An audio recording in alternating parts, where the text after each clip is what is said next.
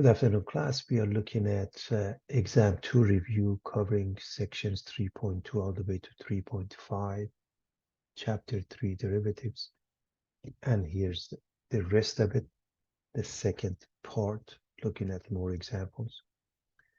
Find an equation of a tangent line to the graph of the function f of x equals x squared minus 3x minus 1 at x equals 4. We need two things. We need a pair and we need the slope. First, we take the derivative of the function f prime of x is 2x minus 3. Second, if we plug in 4 in here, 4 squared, 16 minus 3 times 4, 12, makes it 4 minus 1, 3. That's the pair. If you plug in 4 here, you get 8 minus 3, 5 is the slope. Y minus y1 equals m times x minus x of 1. So y minus 3 equals m, which is 5x minus 4. We distribute the 5.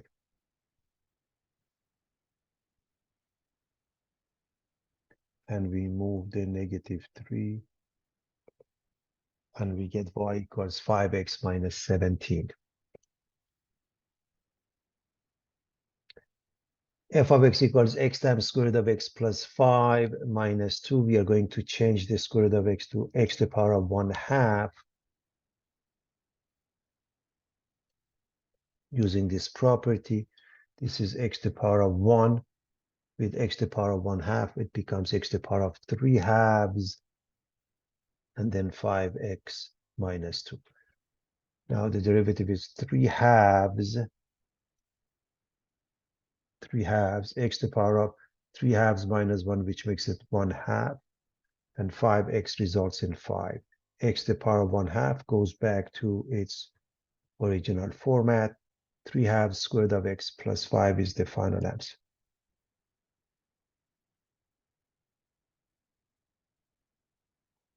H of x square root of x, e to the power of x. We are changing this to x to the power of 1/2. We put a raised dot in between, and we use the product rule. So this is f times g using the product rule, f prime g plus g prime f. F prime is 1/2 x to the power of negative 1/2. 1/2 minus 1 results in negative 1/2 times g, which is e to the power of x. So f prime g plus g prime, it's itself, plus e to the power of x, times f, which is x to the power of 1/2 or square root of x. It's important to write formulas and follow them. So this goes down, becomes x to the power of 1/2 or square root of x. This changes to square root of x. And for later usage of this, I'm going to show you how to factor this so that you can set this h prime equal to 0 and solve. And to do so, you notice the denominator is 2 square root of x here. If we multiply and divide this by square root of 2 square root of x, we are taking a common denominator. So this part, 1 over 2 square root of x e to the power of x. So this is e to the power of x over 2 square root of x. So this remains, and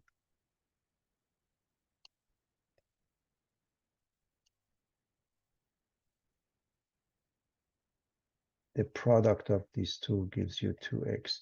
So notice how we're going to write this. This is unchanged. E to the power of x over 2 square root of x, we can write it as 1 over 2 square root of x e to the power of x, and this thing is 2x. The reason I'm writing it this way, so we notice this is a common factor. So if I take this out, this gives me 1, this gives me 2x, and I'm done.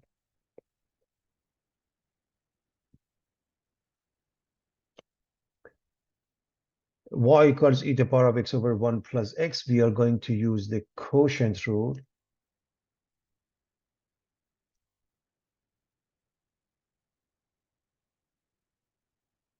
Where f prime is e to the power of x itself times the bottom one, g or 1 plus x, minus g prime, the derivative of the bottom is simply 1, times f, which is e to the power of x. So this is f prime g minus g prime f. You just write the bottom in a parentheses and square it to get g squared.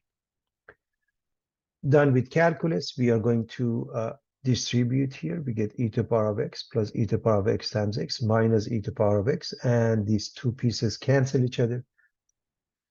We put the x in front, and we are done. The final answer is x e to the power of x over 1 plus x quantity squared.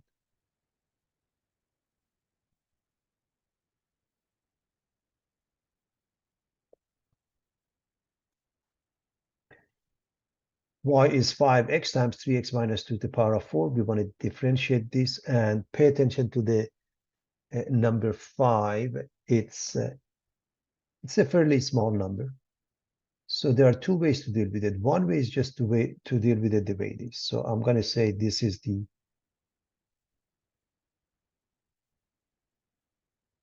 f function.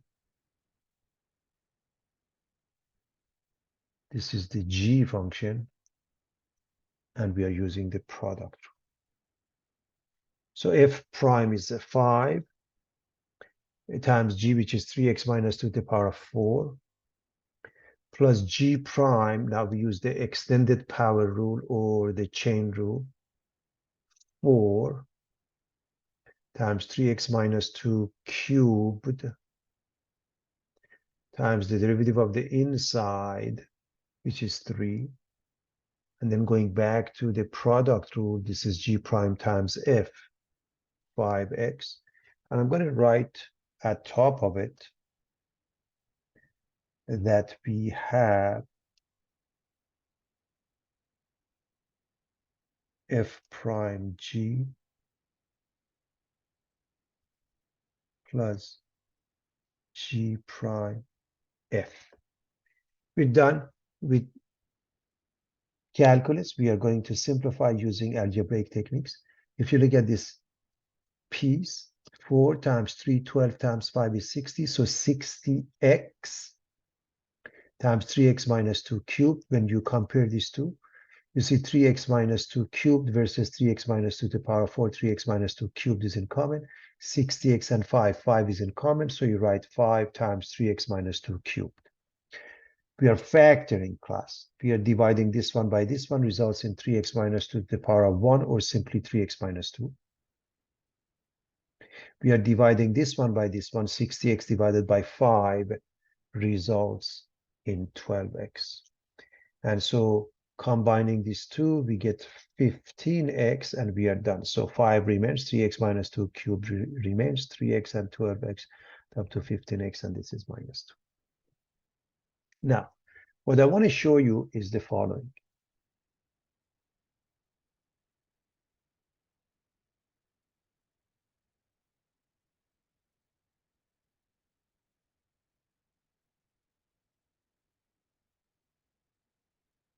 Notice this number 5 carries as a factor.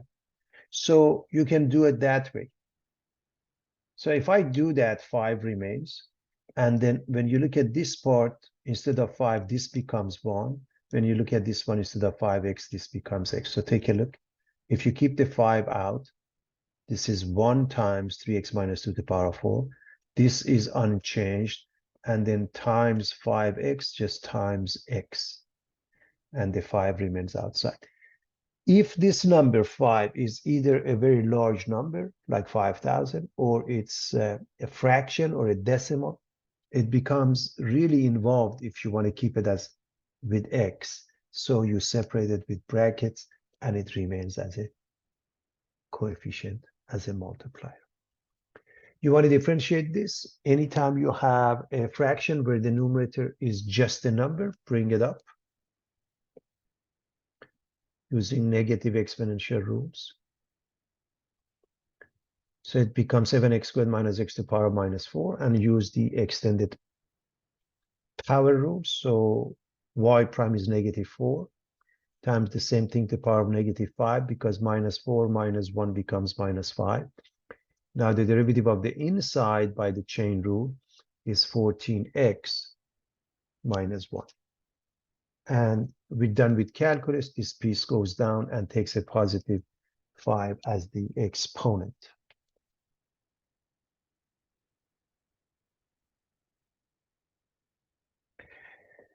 Y equals x over 2x minus 1 to the power of 4. we are going to write it as f over g and use the quotient rule.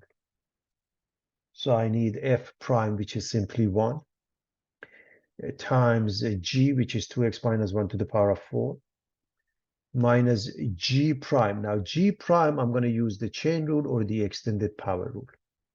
So minus g prime minus 4 times 2x minus 1 cubed, and times the derivative of the inside 2. And finally, I need f for the x. The bottom is g squared. So just write this one to the power of 2. That means the exponent 4 times 2 becomes 8. And we are done with calculus. We are going to simplify to get to the final answer. To do so, let me write this just to make sure everybody understands what's going on. So let me write this as, this was f prime g minus g prime f, and this was g squared. So notice 2x minus 1 cubed is in common. So this one gives us 2x minus 1. And this one, 2x minus 1 cubed, goes away. We have minus 4, 2, and x, resulting in minus 8x. This has 2x minus 1 cubed. This has 2x minus 1 to the power of 8. This completely goes away, and 8 changes to 5. So the denominator is 2x minus 1 to the power of 5. What is the numerator? Combine these two into minus 6x, and negative 1 remains, and that's the final answer.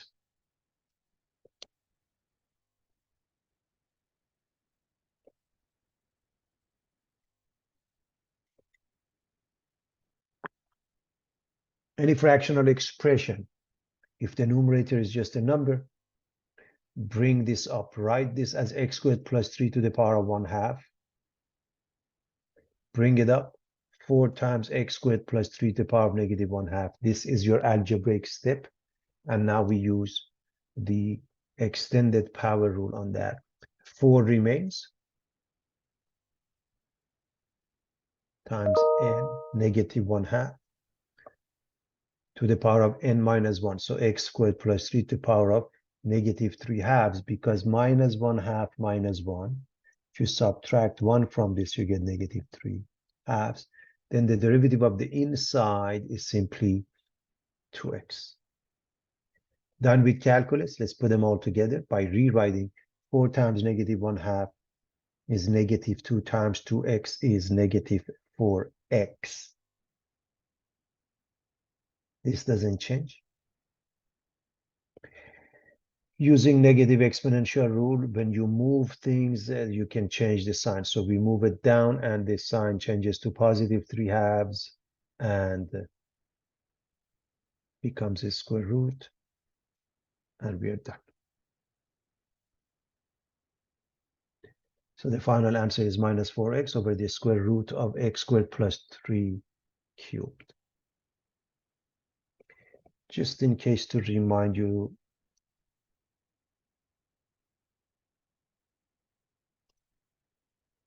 this could be written as follows.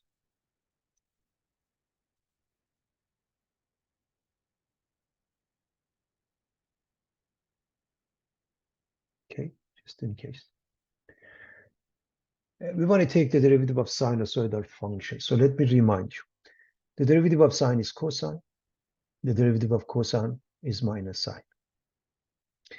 If you make it a function of x u, then cosine u du dx, sine of gx, the derivative is cosine of g of x, g prime of x. The derivative of cosine u is minus sine u du dx. The derivative of cosine of gx is minus sine of gx, g prime of x. The way I approach this, I say cosine and I pause to make sure it's understood that the main function, the shell function, the outer function is cosine, the derivative is negative sine.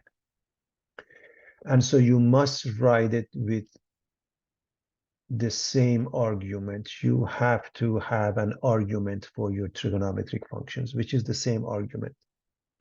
And now by the chain rule, du dx, in this case, is du dt. Make sure you use the proper variable as it's given. And that is 12 t cubed. We put that in front. We are done. So again, you can just stick with the formula, but pay attention to the fact that the variable over here, the independent variable is x, over here is t.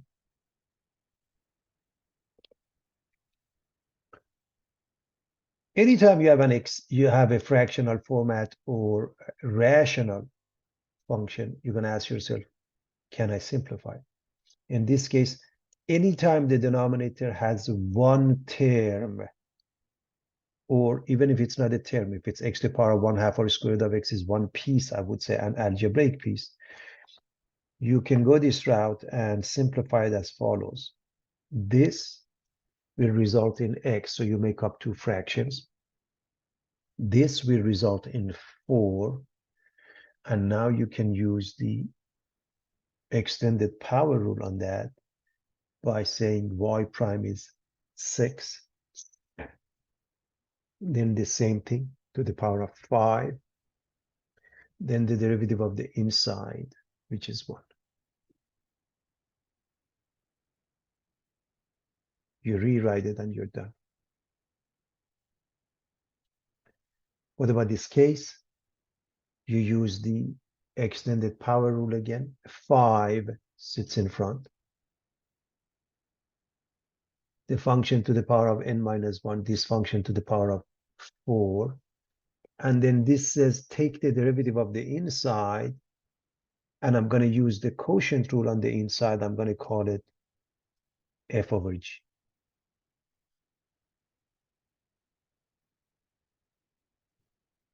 So f prime g minus g prime f over g squared. So 2 times x minus 8, 2 times g, which is x minus 8, minus g prime 1 times f 2x plus 3. And then I write the g, x minus 8, in a parentheses and square it. Now, I'm done with calculus. To make sure we understand what goes in the numerator, what goes in the denominator, the numerator, this is for the numerator, this one to the power of 4 is for the numerator, this one simplified version is in the numerator, this one is in the denominator with the power of 4, this one with the power of 2. So the first thing we need to do is to simplify this.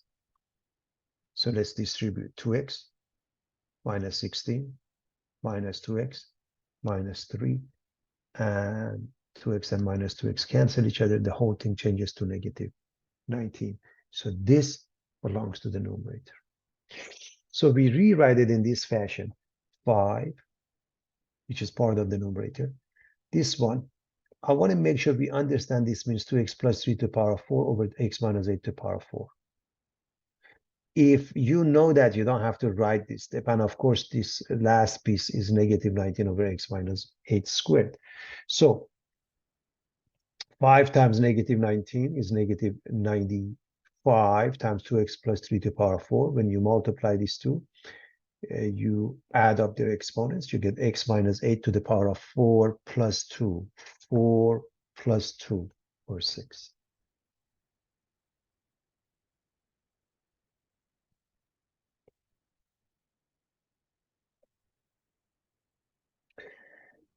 All of these are exponential functions. So what happens in the case of any exponential function?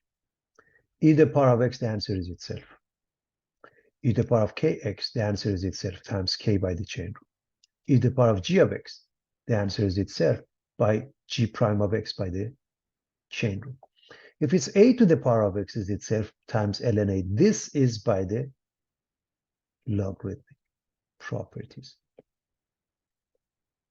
What about b to the power of f of x? The answer is itself. Ln of b by the logarithmic properties, f prime of x by the chain rule. So if I'm differentiating this, the answer is itself. The moment I see exponential, I just write the function itself. Then by the chain rule, I need the derivative of the exponent, and I put it in front. I'm done. What happens here? The answer is itself. It's exponential. Then I need the derivative of the exponent tan x, which is secant squared. I put it next to it, and I'm done.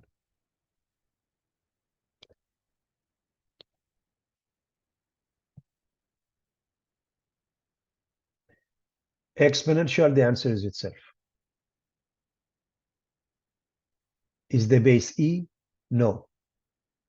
I need ln 3.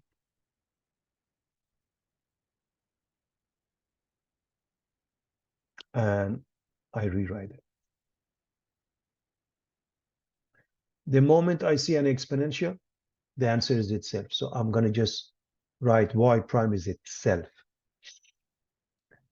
Is the base e? No. I need ln of 5, ln of the base. The exponent is x? No. I need the derivative. This is the chain rule. What is the derivative of 30? X squared. 60x. So I'm going to rewrite it in this fashion. 60x times ln 5 times 5 to the power of 30x squared. I just rewrite it. Otherwise, a little bit awkward.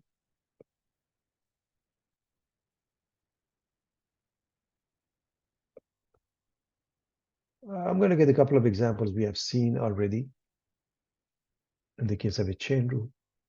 So example number 16, observations show that the length L in millimeters from nose to tail of a Siberian tiger can be estimated by the function L equals 0.25 W to the power of 2.6, where W is the weight of the tiger in kilograms. Furthermore, a young tiger's weight can be estimated in terms of its age T in days by the function W equals 3 plus 0.21 T. How long is a tiger when it is 100 days old? Elementary algebra. If we plug in 100 here, obviously this becomes 21 and 3, 24 kilograms. That's the weight of the tiger when it's 100 days old. If you put that here and use a calculator, gives you the length when it's 100 days old.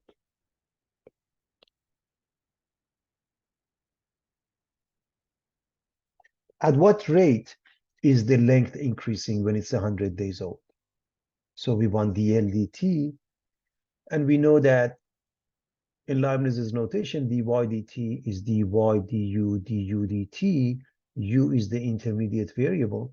So as we go from L to T, the intermediate variable is W. So we are going to write it as dl dt, and we're going to leave those blanks for now. What do we need here? du. What do we need here? dw. Which means take the derivative with respect to W here, 0.25 times 2.6, the exponent becomes the coefficient. W to the power of 2.6 minus 1 makes it 1.6. So again, 0.25, you rewrite it. 2.6 becomes the coefficient. The exponent goes down by 1.6. That's the first piece. The second piece, dw dt, simply is 0.21. If you multiply these three numbers, you get 0.1365, W to the power of 1.6. If the question wants the LDT as a function of T, you must replace the W with that. But it's asking, what is the rate when it's 100 days old? When it's 100 days old, do we have the weight? Yes, from the previous part, we know W is 24. If we replace it, put it into a calculator, we get 22.0532. And every application, we have to answer it with the proper units, the units of dl over dt, or millimeters per day. Here's the second method. I can find L of t using a composite function, replace the W with this. And now for part A, all you have to do, replace this with 100. Again, composite function in this case is easy to find. You can go either way. So replace the t with 100 evaluated, it must give you, and it does give you, the same answer as the previous part. Of course, we don't know the weight, the intermediate variable. As far as L prime of t or dl dt is concerned, 0.25 times 2.6 times the same thing to the power 1.6 times the derivative of the inside 0.21 by the chain rule. Multiply these three numbers and put it in front. You get this one. And again, notice these two are identical. If I had changed the W to 3 plus 0.21 t here, I would have got what I have here. I have already mentioned that to you. And if you plug in 100 here, that gives you the same answer. Of course, I didn't write the units. That's the same units. Anytime you deal with an application, you must answer with proper units.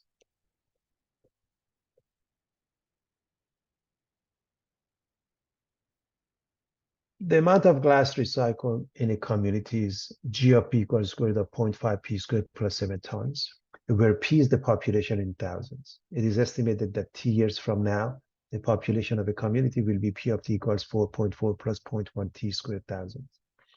How many tons of glass are expected to be recycled 4 years from now? Again, elementary algebra. If we plug in 4 here, 4 squared is 16 times 0.1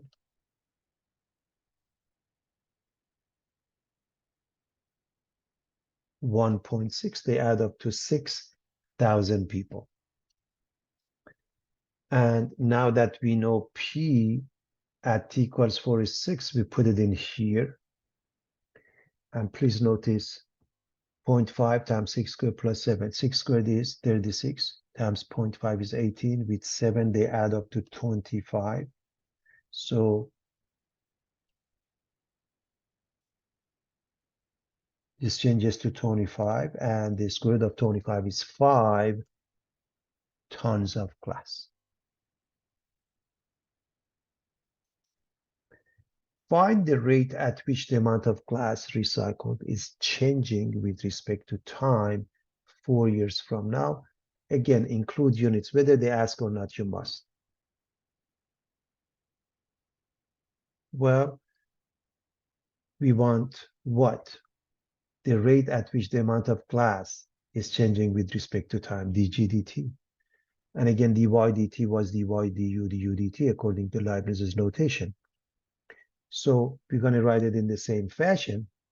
And as we go from G to T, the intermediate variable is a P, so we tag along dP in this manner. So dG dP, to differentiate this with respect to P, we're going to write this to the power of 1/2. And then 1/2 times the same thing to the power of 1/2 minus 1, or negative 1/2, times the derivative of the inside 0.5 times 2P, which is P. So again, 1/2 sits in front. The same thing, the power of 1/2 minus 1 makes it negative 1/2. By the chain rule, I need the derivative of the inside, which is 0.5 times 2P, or P. Now dP dt is here, 0.1 times 2T, which makes it 0.2T. We have two choices. We can simplify this. In fact, we can even change the P to 4.4 plus 0.1 T squared and plug in T equals 4. Or just the way it is, you can plug in P equals 6, T equals 4, as we found it in the previous step. Or even simplify it a little bit. How? Just take this down. When you take this down, takes the positive exponent 1/2 and becomes a square root. And everything else remains unchanged. 2 is in the denominator, 1 is in the numerator, P is in the numerator, 0.2T is in the numerator. So numerator has a 0.2 PT or TP, doesn't matter, and the bottom is 2 times this one to the power of 0.5 P squared plus 7 to the power of positive 1/2, which is the square root. Now, again, you can replace the P, as I mentioned, with 4.4 plus 0.1 T squared, but believe me, it becomes pretty complicated. Just replace the P with 6 and T with 4. Now, when we replace this with 6, we saw that to be 25. We saw this one to be 25 again, which comes out as 5. So the bottom is 2, and then square root of 25, which is 5. This is 0.2. P is 6. T is 4. So you have 4.8 over 10, or 0.48. As far as the units of the G over the units of the T, tons of glass per year. The second method is to find the composite function by replacing the P with 4.4 plus 0.1 T squared. Deal with this. So go back to this function and replace the P. You get this one. Now this is a little bit more complicated than Leibniz's notation. If we want to differentiate that, that's why we need to know both methods, everybody.